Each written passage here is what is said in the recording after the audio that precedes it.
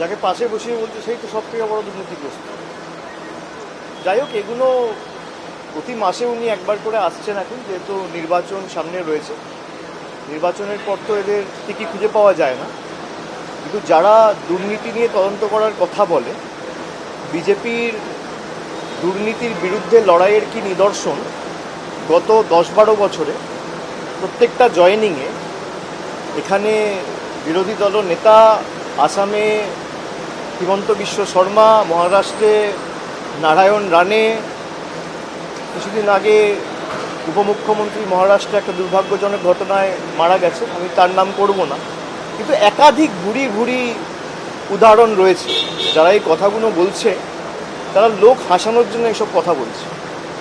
আর যারা বর্ডার সুরক্ষিত করার কথা বলছে, বিজেপির লোকসভার সাংসদ রানাঘাটের জগন্নাথ সরকার, তিনি বলেছেন বিজেপি ক্ষমতায় এলে বাংলাদেশের সাথে বর্ডার বিজেপি সরকারই তুলে দেবে। এটা আমার কথা না, এটা জগন্নাথ সরকারের কথা। তা অমিত শাহ কি জগন্নাথ সরকারকে শোকজ করেছেন? হয় অমিত শাহ ঠিক, নইলে জগন্নাথ সরকার ঠিক। যদি অমিত শাহ ঠিক হয় তাহলে জগন্নাথ সরকারকে শোকজ করা উচিত, আর যদি জগন্নাথ সরকার ভুল হয় আর অমিত শাহ ঠিক হয় তাহলে স্পষ্ট করে বিজেপি নেতৃত্বের বলা উচিত। দুটোর মধ্যে তো একটাও হয়নি, কিন্তু লোক হাসানো ছাড়া আর কিছু নয়।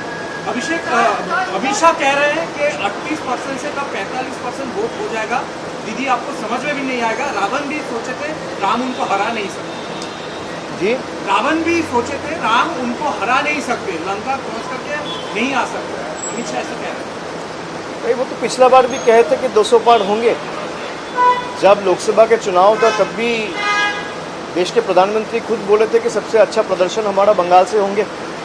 उसके बाद आपने देखा बहुत सारे एग्जिट पोल्स में भी बंगाल में 42 सीट्स में 30 सीट 32 सीट बीजेपी को दिया गया था। जब बैलेट बॉक्स खुला तब आपने देखा बाजी पलट गया। तो वो प्रेडिक्शन करेंगे, ये केडर को मोटिवेट करने के लिए एक उनका तरीका है, एक प्रयास है, वो करे, उसमें कोई दिक्कत नहीं है। लेकिन मैंने जो बोला है कि आप कुछ भी कर लो, बंगाल में तृणमूल को आप वीक नहीं कर पाओगे, क्योंकि आपने 5 साल 7 साल 10 साल में आप हर बार आते हो, हम लोग जा रहे हैं रिपोर्ट कार्ड लेके। आपका रिपोर्ट कार्ड आप बताइए ना, बंगाल के लिए आपने क्या किया। भाई अगर देश का गृह मंत्री आता है या देश का प्रधानमंत्री आता है, बंगाल के लोग तो खास करके जो बंगाल में रहते हैं वो तो यही चाहेंगे कि हमारे लिए क्या किया उसके रिपोर्ट कार्ड बताएं। भाई आपने कितना लोगों को घर दिया, कितना लोगों को रास्ता दिया, कितना लोगों को पानी दिया, कितना गांव में रास्ता बनाया, कितना पानी का प्रोजेक्ट में जल जीवन मिशन में आपका जो पैसा है वो आपने कितना छोड़ा, वो सब लेके तो कोई बात नहीं है, खाली घुसपैठ। भाई घुसपैठ का नमूना क्या है? अमर्त्य सेन। घुसपैठ का नमूना है झूलन गोस्वामी। घुसपैठ का नमूना है मोहम्मद शामी, दीपक अधिकारी। जो बीजेपी के नेता अमर्त्य सेन को नहीं छोड़ता है, हमारे यहाँ पे जो रेवोल्यूशनरीज है उनको नहीं छोड़ता है, उनसे आप क्या ही आशा रखिएगा। আজকে মতুয়ানি একই কথা বলছেন যে ভয় পাওয়ার কোনো কারণ নেই। 10 লক্ষ কোটি টাকা বাংলার সরকারকে দিয়েছে, কোথায় গেল সেটা প্রকাশ করুক, শ্বেতপত্রটা প্রকাশ করুক। 10 লক্ষ কোটি টাকা কি খাতে দেওয়া হয়েছে। আর গত 10 বছরে, বিশেষ করে বিজেপি যবে থেকে ক্ষমতায় এসছে 2014 থেকে 2026, 12 বছরে বাংলা থেকে তারা কত টাকা নিয়ে গেছে। আমি 7 বছরের একটা পরিসংখ্যান আপনাদের দিয়েছি, সেখানে আমি মানে অর্থবর্ষ ভেঙে ভেঙে, ফিনান্সিয়াল ইয়ার ধরে ধরে আপনাদের বলেছি যে গত 7 বছরে বিজেপি বাংলার মাটি থেকে ডাইরেক্ট এবং ইনডাইরেক্ট ট্যাক্সের মাধ্যমে, ইনকাম ট্যাক্স জিএসটির মাধ্যমে আমাদের বাংলা থেকে খালি 6.5 লক্ষ কোটি টাকা নিয়ে গেছে। আমি তো তথ্য পরিসংখ্যান সামনে রেখেছি। আপনি কোথায় কত টাকা দিয়েছেন, আর 2021-এর নির্বাচনে আপনি হারার পর বাংলার কটা লোককে বাড়ি দিয়েছেন, কটা গ্রামীণ রাস্তা করেছেন, আর কটা 100 দিনের জব কার্ড হোল্ডারের ডাইরেক্ট ব্যাঙ্ক অ্যাকাউন্ট করে আপনি ব্যাঙ্ক অ্যাকাউন্ট ট্রান্সফার করে তাদের অ্যাকাউন্টে টাকা পৌঁছেছেন। আপনি শ্বেতপত্রটা প্রকাশ করুন। 10 লক্ষ কোটি না, আমি বলছি 5 বছরে এই 3-4টে কাজ যেটা বললাম, 10 পয়সার হিসাব বিজেপি দিন।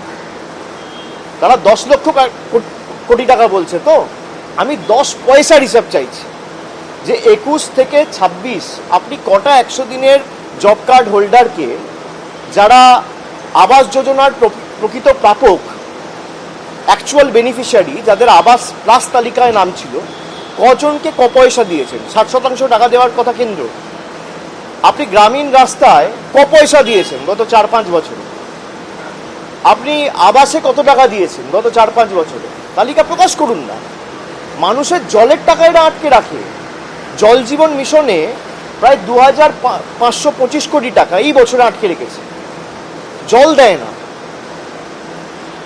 বলছি এসআইআর নিয়ে যতই বিরোধ দেখান, এসআইআর হবে, নিয়ম মেনেই হবে, এবং মতুয়া নিয়ে আপনারা ভয় দেখানোর চেষ্টা করছেন, তাদের ভয় পাওয়ার কোনো কারণ নেই। একই রেফারেন্সে দুটো কথা উল্লেখ করছেন।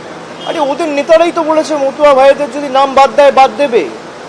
তৃণমূলকে আক্রমণ না করে বিজেপি আগে ডিসিপ্লিনারি অ্যাকশন, যে বিজেপির সাংসদরা মতুয়ার বিরুদ্ধে কথা বলে, মতুয়াকে ভয় দেখাচ্ছে কে?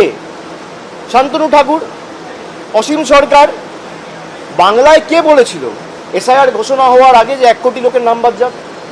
তা মানুষকে ভয় দেখাচ্ছে কে? তৃণমূল তো বলেনি। বিজেপির নেতারাই তো বলেছে 1 কোটি লোকের নাম বাদ যাবে।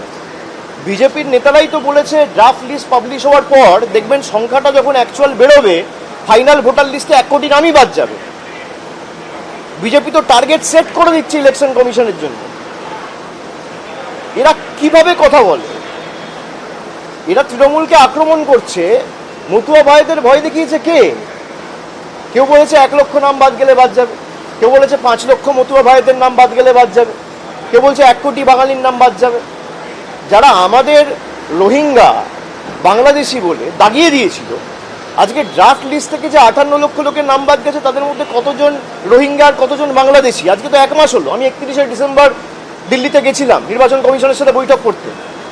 আমরা দাবি রেখেছিলাম 1 মাসের মধ্যে প্রকাশ করেছে যে কজন বাংলাদেশি এই বাংলায় ভোটার লিস্টে ছিল,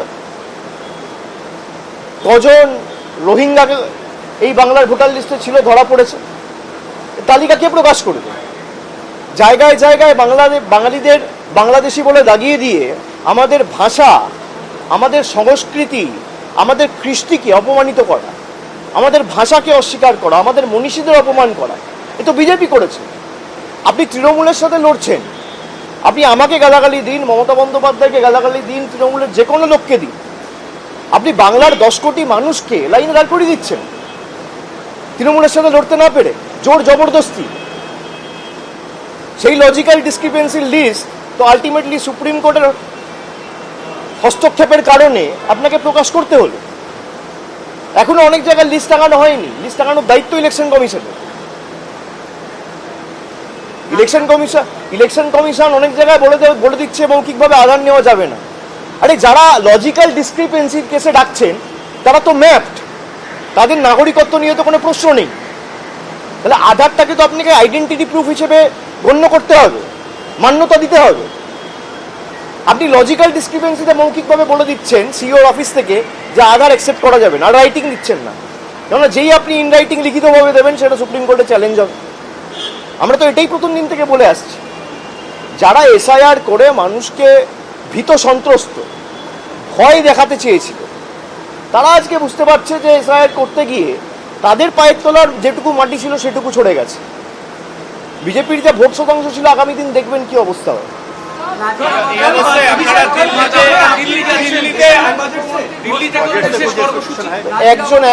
একজনই করুন। কি আরেকবার বলুন। নাজিরাবাদের আনন্দপুরের সাম্প্রতিক নরমান্তিক ঘটনার কথা উল্লেখ করে উনি বলেছেন এটা মুখ্যমন্ত্রীর ভ্রষ্টাচারের ফল।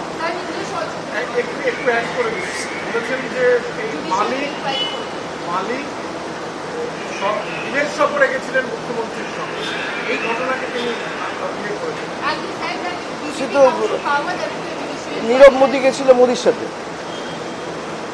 একজন শিল্পপতি হিসেবে স্টেট গভর্নমেন্টের ডেলিগেশনে শিল্পপতিরা যাবে না তো কারা যাবে? আমি সেটাকে সমর্থন করছি না। একটা ঘটনাকে নিয়ে পলিটিক্স করা এটা বিজেপির কায়দা। বিজেপি শকুনের মৃতদেহ খোঁজে আর মৃত্যুর রাজনীতি করে, শকুনের মতো লাশের রাজনীতি।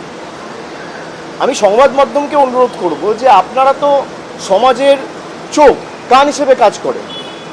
আপনারা সরকার সমাজের চোখ কান হিসেবে কাজ করেন, কোথাও যদি একটা ভুল ত্রুটি হয় আমাদের সকলকে ঐক্যবদ্ধ হয়ে সহযোগিতা করে একে অপরের সাথে যাতে এই ধরনের ঘটনার পুনরাবৃত্তি না হয় আমাদের এটা সুনিশ্চিত করতে হবে। অমিত শাহ বলছেন যে আনন্দপুরে যে ঘটনা ঘটেছে তার জন্য মমতা বন্দ্যোপাধ্যায় দায়ী, 1 মাস আগে গোয়ায় যে ঘটনা ঘটেছে তার জন্য তাহলে নরেন্দ্র মোদী দায়ী। পানীয় জল খেয়ে 25 জন মারা গেছে ইন্দোরে, তার জন্য নরেন্দ্র মোদী দায়ী। একটা দুর্ভাগ্যজনক ঘটনাকে নিয়ে একটা মানুষ কত নিচে নামতে পারে যে এই জিনিসগুলোকে নিয়ে রাজনীতি করছে। একটা প্রাইভেট গোডাউন, তার মধ্যে কে কি পরিস্থিতিতে আছে সরকারের পক্ষে এটা দেখা সম্ভব নয়। সরকার খবর পেয়ে ফায়ার ডিপার্টমেন্ট থেকে শুরু করে জেলা প্রশাসন যথেষ্ট সক্রিয়তার সাথে কাজ করেছে। যাদের গাফিলতির কারণে এই দুর্ভাগ্যজনক ঘটনা ঘটেছে সেই গোডাউনের মালিক এবং ওয়াও মোমোর ম্যানেজমেন্টের দায়িত্বে যারা ছিলেন তাদের সবকটাকে সরকার অ্যারেস্ট করেছে, ব্যবস্থা নিয়েছে। এবং এর উপরেও যদি কেউ থাকে, আমরা চাই কেউ যদি এর সাথে ইনভলভ থাকে সে যত বড় শিল্পপতি হোক, সরকার কাউকে স্পেয়ার করবে না। যারা মমতা বন্দ্যোপাধ্যায়ের সাথে বিদেশ সফরে গেছেন বলে একটা দুর্ভাগ্যজনক মর্মান্তিক বেদনাদায়ক ঘটনাকে নিয়ে রাজনীতি করছে, তাহলে যে নীরব মোদী মেহুল চোকসির বিরুদ্ধে ভারতকে সর্বশান্ত করে 15,000-20,000 কোটি টাকার ঋণ নিয়ে দেশ থেকে পালিয়ে যাওয়ার অভিযোগ রয়েছে, তারা তো নরেন্দ্র মোদীর সাথে বিদেশ সফরে গেছে। ওয়ার্ল্ড ইকোনমিক ফোরামে মোদীর সাথে কার ছবি আছে? নীরব মোদীর ছবি নেই।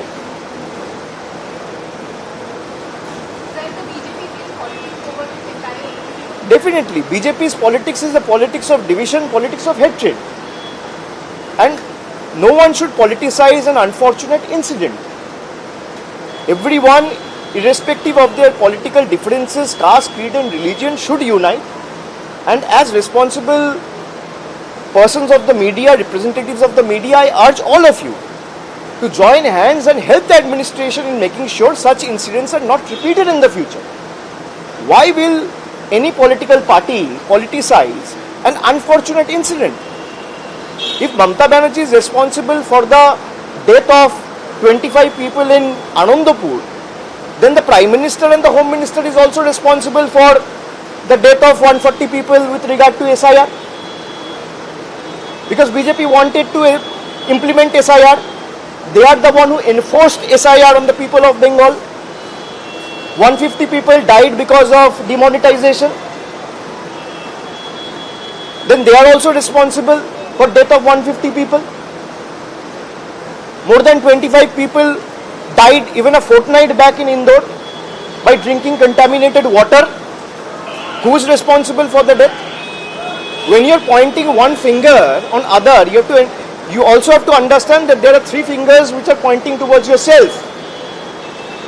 So BJP should try and fight Trinamool on development, on political issues, rather than spreading their bigotry and propagating their message of hatred and divisiveness. And time and again I have said that Amit Shah is the most unsuccessful and failed Home Minister India has seen from the time we have gained independence. Abhishek, If you are having to implement SIR, only one person is responsible, that is Mr. Amit Shah, the Home Minister of this country. But how is someone entering our border if the border is secured and is being guarded by BSF, which comes under the purview and jurisdiction of the Home Ministry? The CISF comes under the purview and jurisdiction of the Home Ministry. How is coal pilferage taking place? Those collieries are being guarded by CISF. Who is responsible?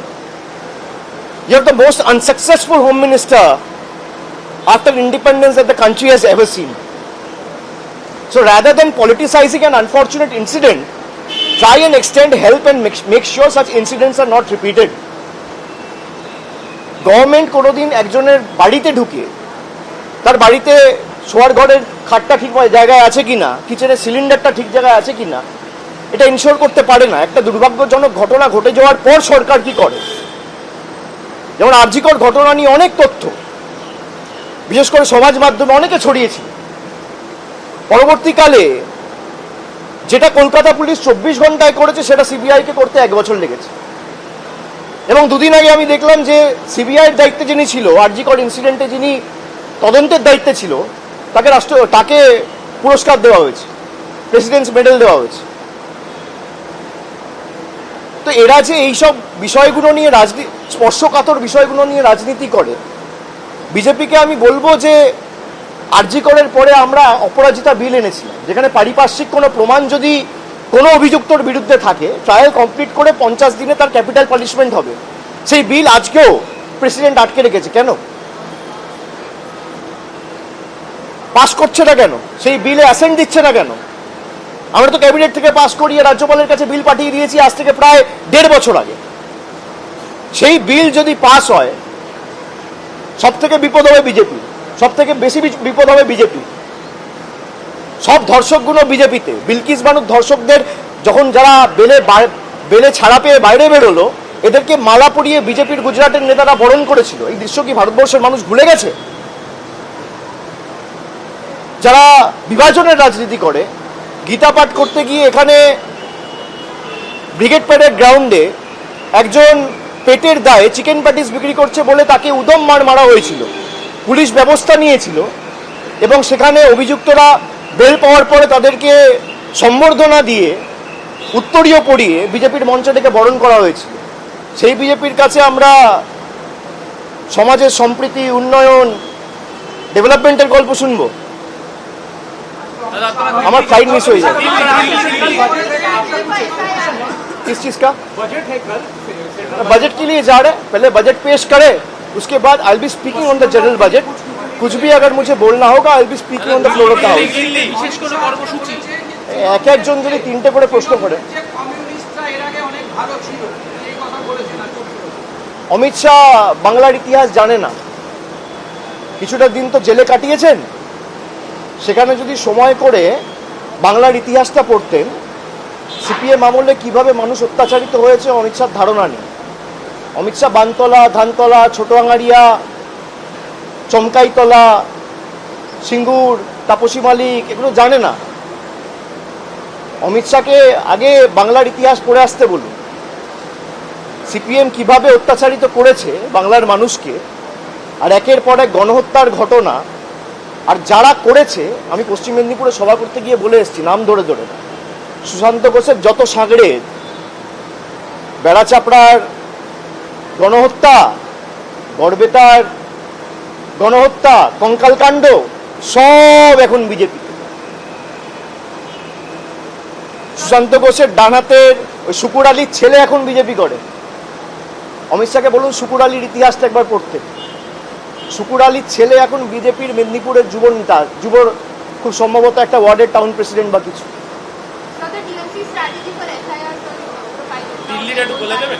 There is no strategy. We have tried to stand beside the people and extend every possible help that we have at our disposal. At the same time, we have been extremely vocal about SIR in the parliament. We are also taking it up legally. Trinamool Congress is the only party which has taken it up in the Supreme Court and filed a petition. We have also mentioned this last week and filed another intervening application bringing before the court how the Election Commission has been flouting the guidelines that has been laid in the last Supreme Court order.